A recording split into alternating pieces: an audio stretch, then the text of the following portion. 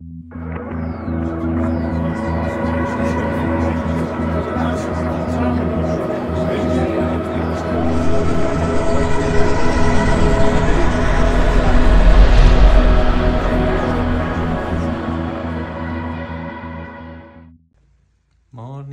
wifi.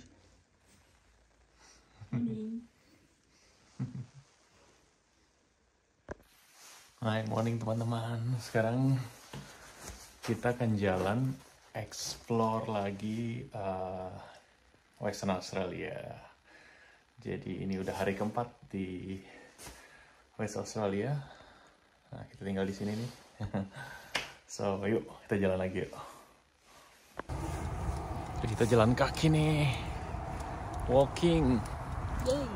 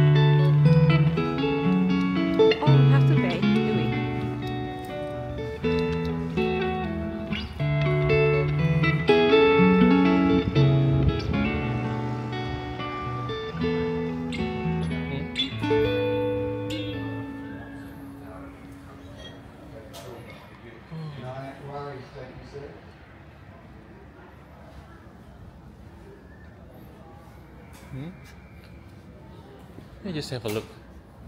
How much the ticket? Ticket.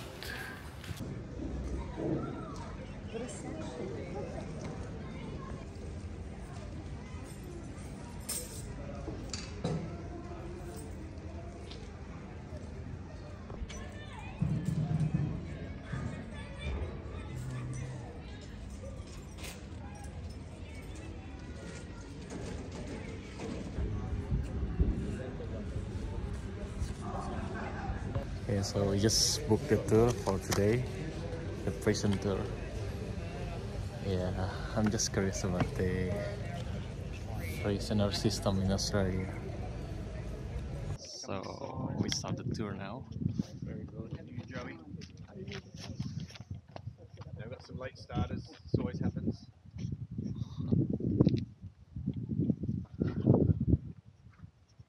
Paul?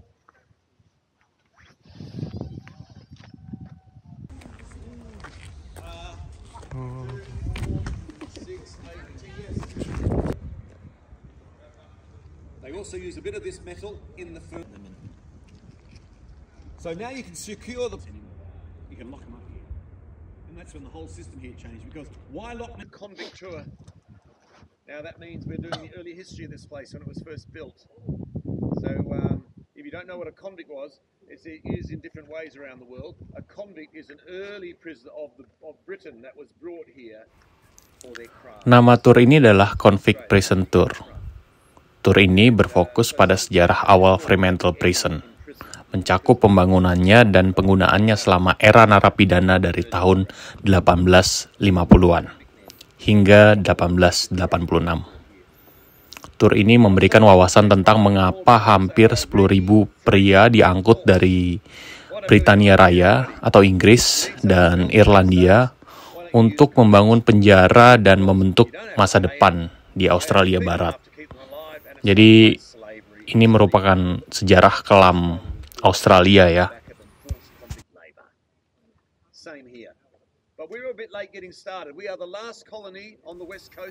Fremantle Prison menawarkan cara menarik untuk mengeksplorasi masa lalu kolonial Australia Barat dan memahami pentingnya sistem hukuman penjara melalui tur-tur yang dikurasi dengan baik.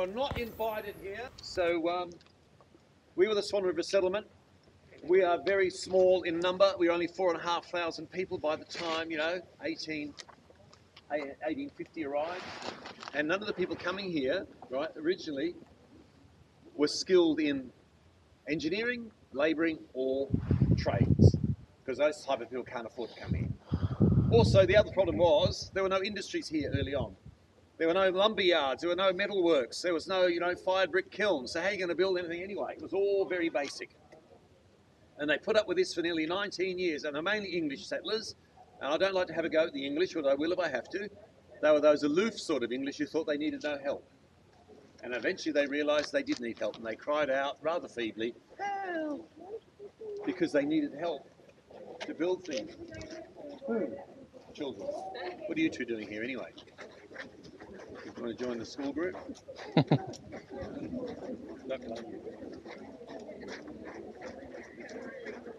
Because they knew they needed a big labour force, right? And they asked the British government if they could get convicts. Well, they said no, because we were a free settlement. That means you're not going to get anybody with a criminal charge or a conviction brought here. So that was a problem, wasn't it? It's a bit different to the East Coast, which were penal settlements, where you can send convicts, but we were a free settlement, so you can't have convicts.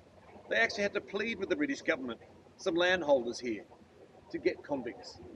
And eventually the British realised we were the only colony wanting convicts in all of Australia, because all the other states were finished and up and away. And they realised this was another outlet for their overflowing prisons.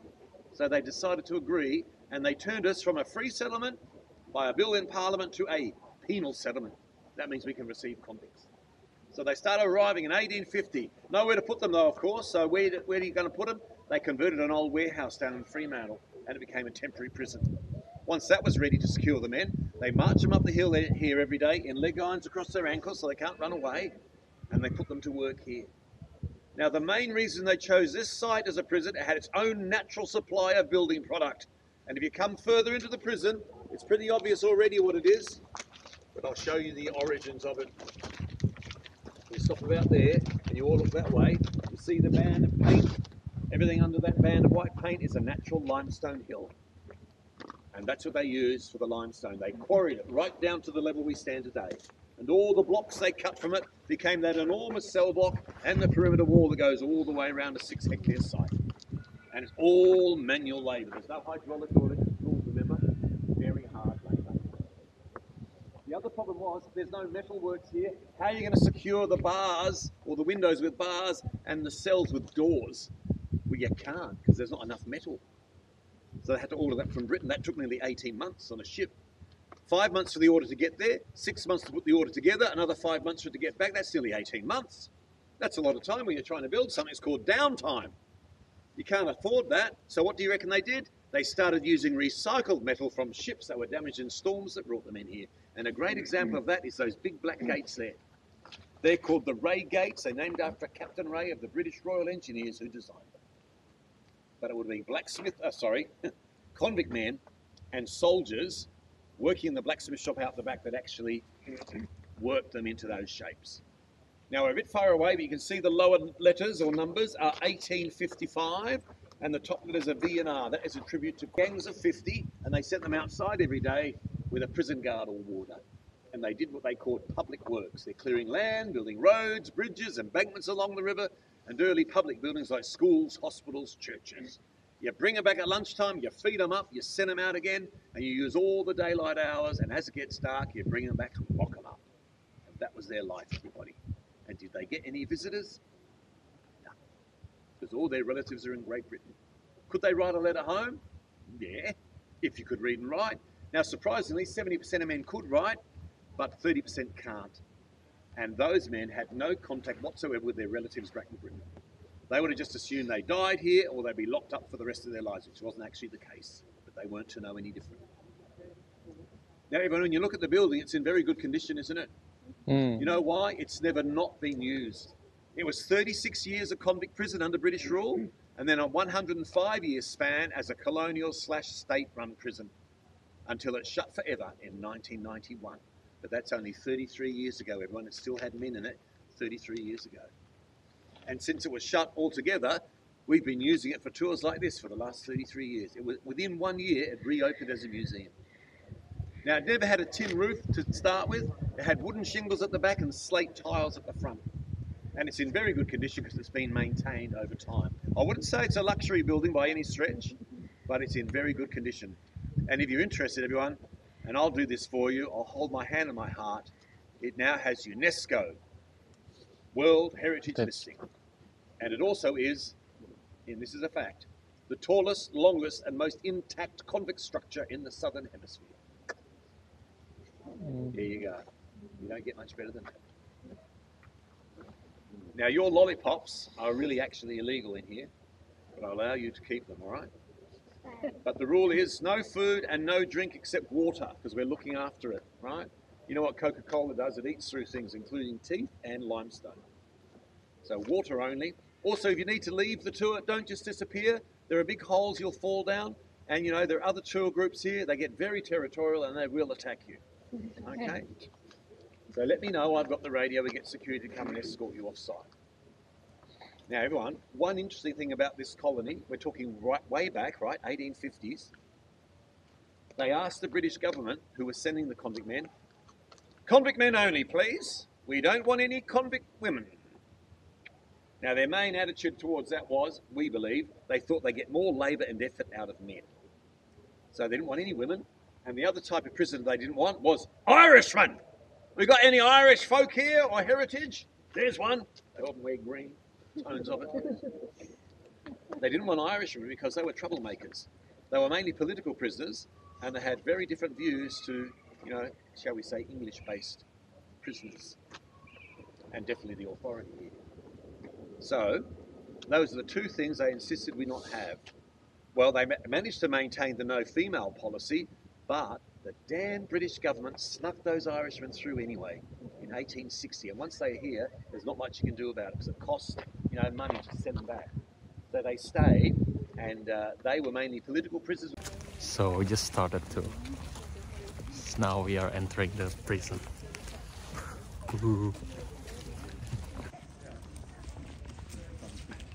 Had in the convict days, so you don't have to use your imagination. Okay, because you know kids have got no imagination these days, and the recent.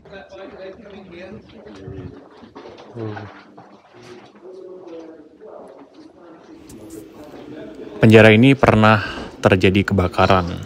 Jadi kebakaran ini dilakukan oleh seorang narapidana di Fremantle Prison dan terjadi pada 4 Januari 1988 dan merupakan bagian dari kerusuhan besar yang menandai akhir dari operasi penjara tersebut. Kerusuhan ini menyebabkan kekacauan besar. Para narapidana menyerbu blok sel, menyerang petugas dengan senjata seadanya, dan menahan 15 orang sebagai sandera. Sementara itu, beberapa narapidana memulai kebakaran dengan membakar kertas dan pakaian, yang kemudian menyebar ke balok-balok kayu jarah berusia 130 tahun di atap penjara. Api tersebut merusak bangunan secara signifikan dan menyebabkan kerugian sekitar 1,8 juta Australian dollar. But it would have looked like that till 1978 anyway. And every door you see, whether it's up there or down here, is the only door ever installed in the cells. It's a one-off original. Good old British steel. And if you look at this one, for instance, you see the rectangular lock in it, right? It's got a keyhole in it. We still need old-fashioned jailer keys like this.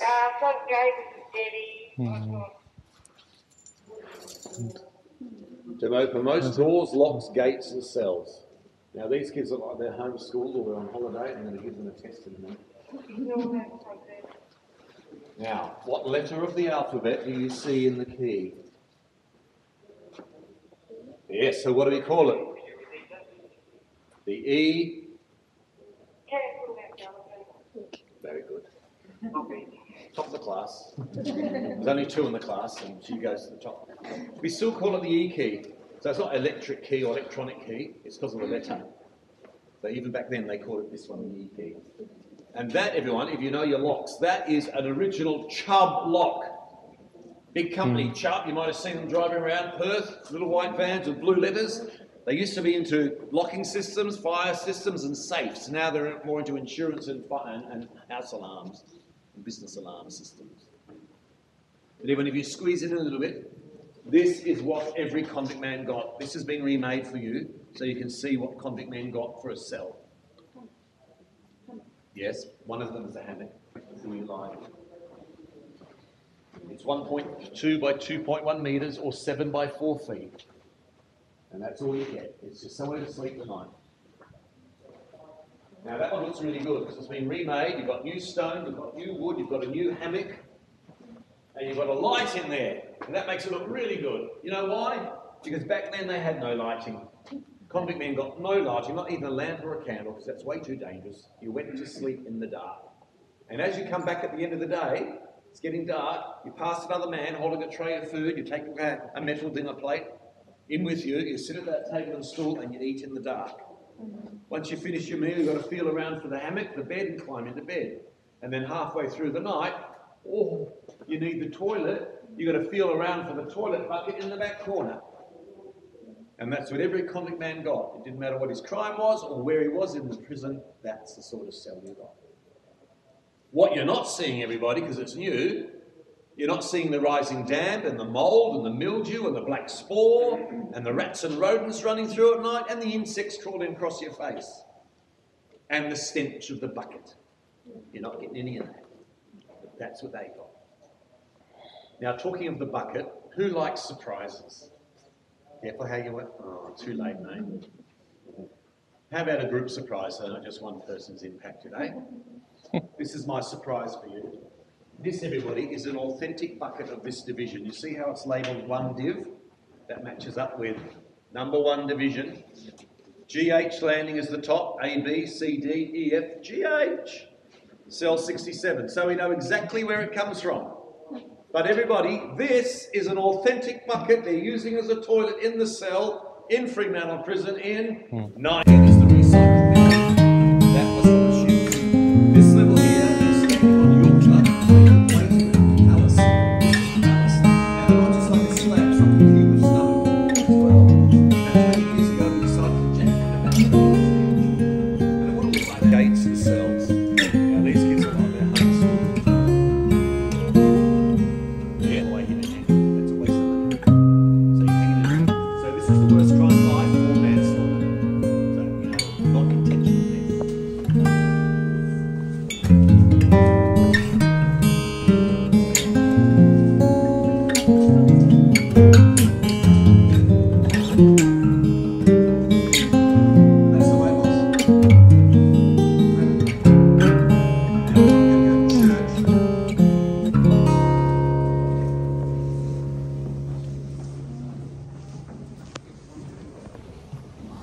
We are in the prison.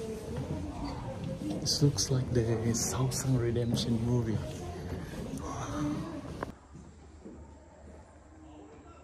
Hello everyone. No bars, that lady's got a criminal mind, that's not a bad thing. We even know his name, it's Charles Hamilton.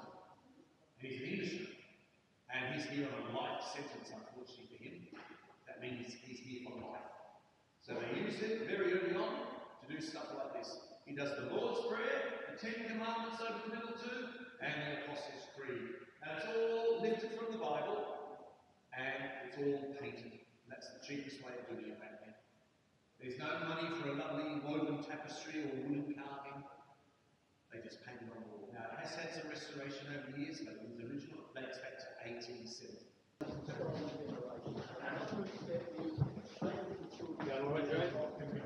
Rough limestone, but in the church, it's built to the glory of God, and it's got to be impressive. It was all done secretly, as you say, no phones, you know, no.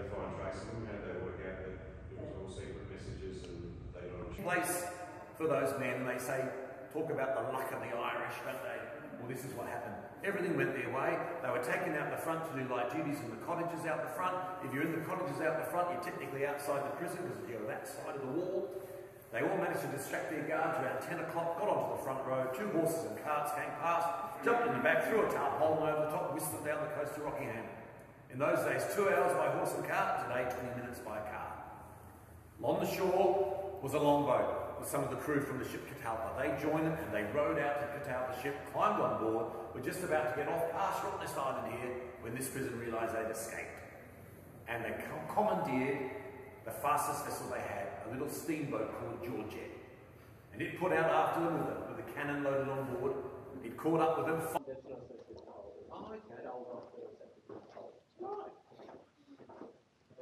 You do biology or exercise physiology? Ones along the way that have writing on the door, like to take back to 1990 or... That's when they searched them before they emptied the place out.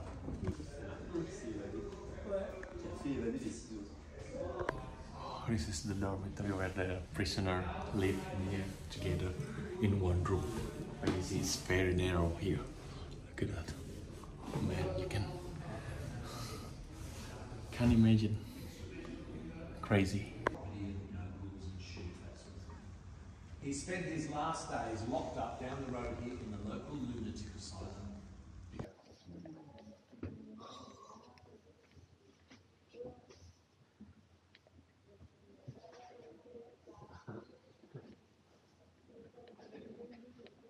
On the top level that exists now in metal bars. So we're going to go. Say again. You do in the yards get a few flushing toilets. So that's the only real concession. So these doors along the back are flushing toilets. But when you go back to your cell at night, even in 1991, you're back on the bucket.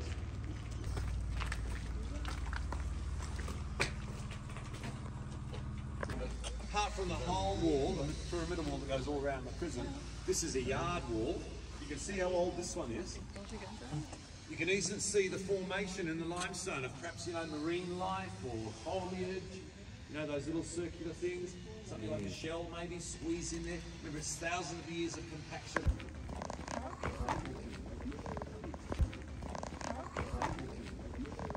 If you want to, you can come down to number 9.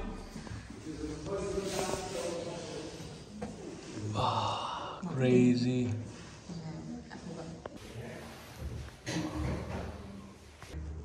You know where some of you are from. But you can. Yeah, we just finished the tour and then we added one more tour for tomorrow. So, because we really want to know deeply about the crime history in Australia, convicts history in Australia. So, we'll go back tomorrow before we leave West Australia.